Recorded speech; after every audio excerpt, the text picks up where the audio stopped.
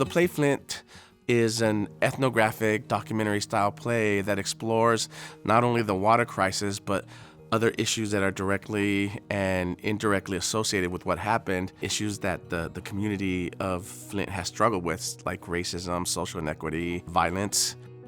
And so I wanted to capture the story through the narratives of people living in Flint, and I didn't want to do a timeline play about what happened. We all know what happened.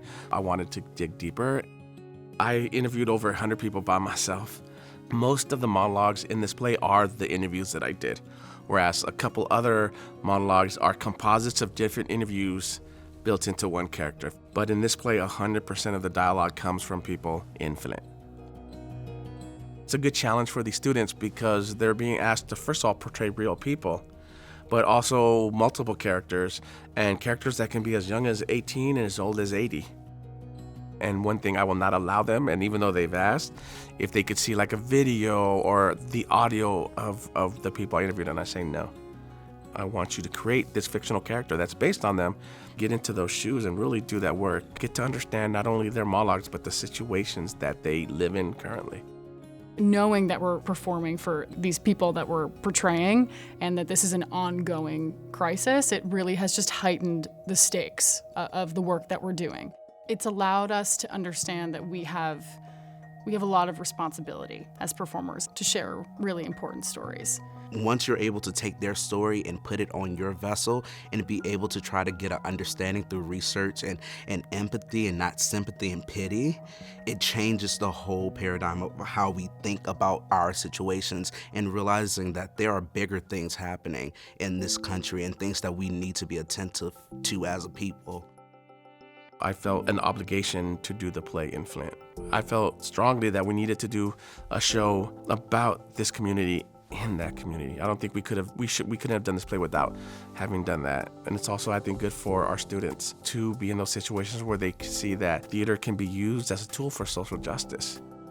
I felt it was important to not only do the community performance in Flint, but to create a whole array of community-engaged activities. For example, we do have a symposium with different perspectives towards the water crisis. We are doing an art exhibit, and most of the artists are from Flint, and seeing their perception of what the water crisis is. We are doing a video live stream version at our Duderstadt Center, in particular for the people who can't see it in Flint. It's their stories, and they should be witness to it.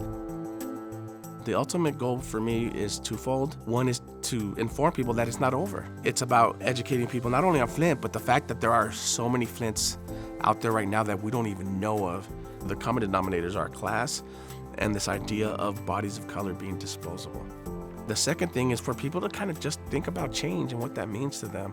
Sometimes I think we worry too much about let's change the world.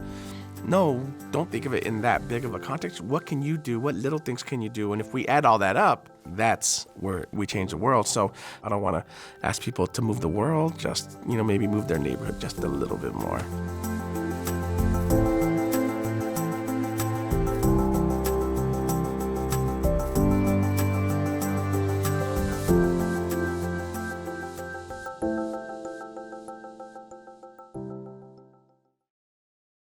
Wake up!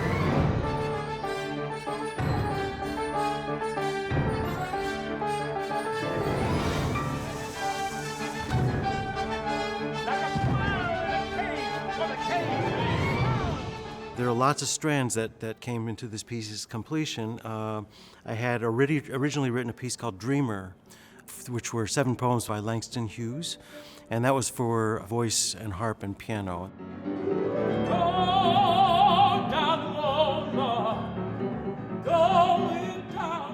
Michael Haithcock had heard of this piece, and also Scott Piper, and they liked it very much, and they wanted me to write something, orchestrate this for band. I had this other piece brewing, which was another Langston cycle. I said, let me work on a new piece for you instead. And that's how this piece eventually started piling in, but it was probably a good 3 years before it's come to this point. Before its petals fall. So I sing opera pretty much full time, but I don't often get to sing a big, thick blues. Fire! Fire! Fire!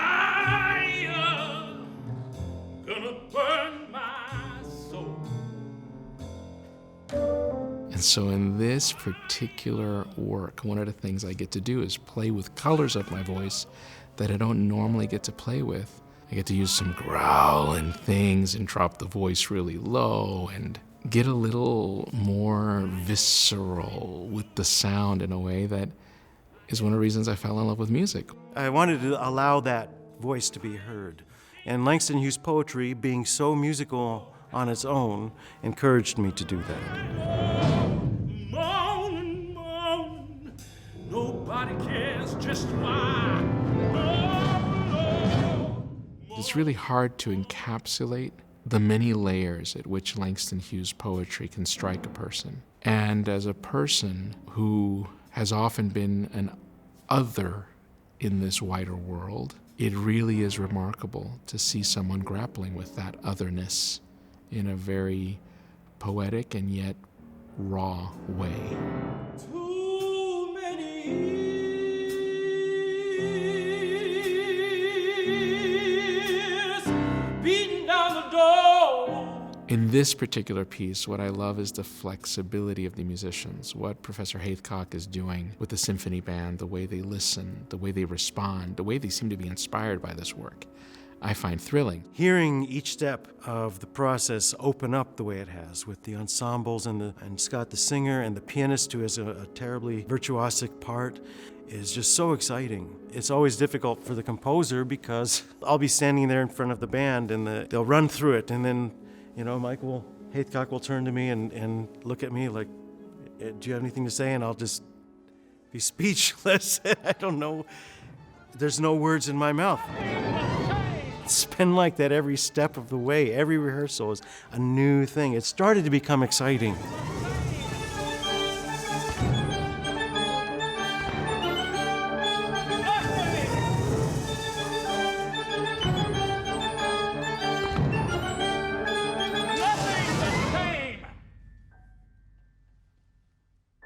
Okay, good.